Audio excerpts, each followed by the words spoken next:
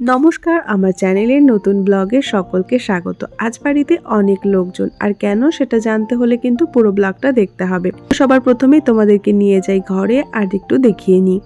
ঘরটা কিন্তু বেশ কিছুদিন ধরেই হচ্ছে, সেটা তোমরা আমার আগেও একটা ব্লগে দেখতে পেরেছো যে পুরোনো ঘরটাকে ভেঙে সেটাকে একটু রিপেয়ার করা হচ্ছে।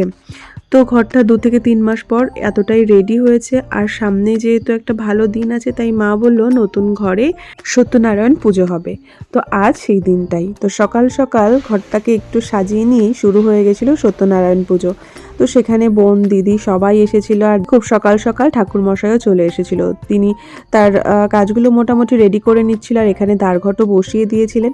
তার সাথে সাথে আর বাদবাকি যা রেডি করার থাকে সেগুলো তো তিনি করছিলেন, আর আমরাও সকলেই হাতে হাতে একটু সাহায্যও করে দিয়েছিলাম। পুজোর জন্য এখানে পায়েস আর লুচিটা আমি তৈরি করে নিয়েছিলাম, আর আরও বাদবাকি কাজ ছিল যেগুলো মা দিদিরা সবাই করছিল। তারপরে সব রেডি করে আমরা এখানে বসে পড়লাম অঞ্জলি দিতে। এদিকে ঠাকুর মশাই হোম করার জন্য যাবতীয় সামগ্রী গুছিয়ে নিয়েছিল। ওম নমঃ শিবায় স্বাহা। ওম ভূর্ভুবঃ স্বাহা। ওম ভূর্ভুবঃ স্বাহা। দশোদ্ভয় নমঃ দশোদ্ভয় স্বাহা। ওম ভূর্ভুবঃ স্বাহা নমঃ দশোদ্ভয় স্বাহা। ওম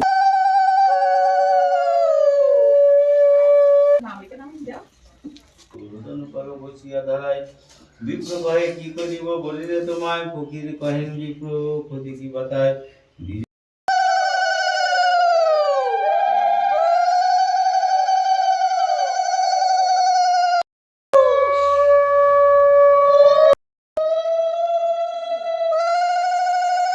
ঘরে উঠলে কেমন লাগছে?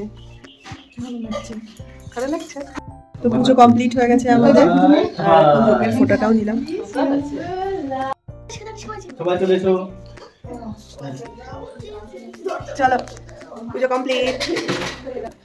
পুজো শেষে কচিকাচাদের সাথে একটু ছবি তুলে নিলাম, আর একটু মজা আড্ডা সেটা তো চলতেই থাকে।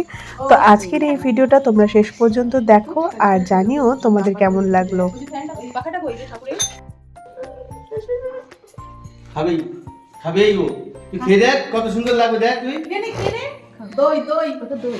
আর বাইরে তৈরি হচ্ছিল খাবার, যারা এদিনকে অতিথি ছিল তাদের জন্য। তো এখানে তৈরি হয়েছিল লুচি, চানা পনির, খিচুড়ি, আর তার সাথে তরকারিও ছিল।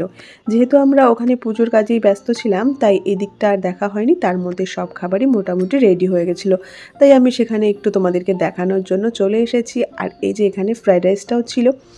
তো সব মিলিয়ে দিনটা বেশ ভালোই কাটলো। আর তারপরে যেহেতু লোকজন আসা শুরু করেছিল, আর তাদের জন্য প্রসাদটাও রেডি করা হচ্ছিল। তো নারায়ণ পুজোর যে মেইন প্রসাদটা থাকে সিন্নি প্রসাদ, সেটাও মাখা হয়ে গেছিল। আর সন্ধেবেলা ঘরে দেওয়া হলো কীর্তন।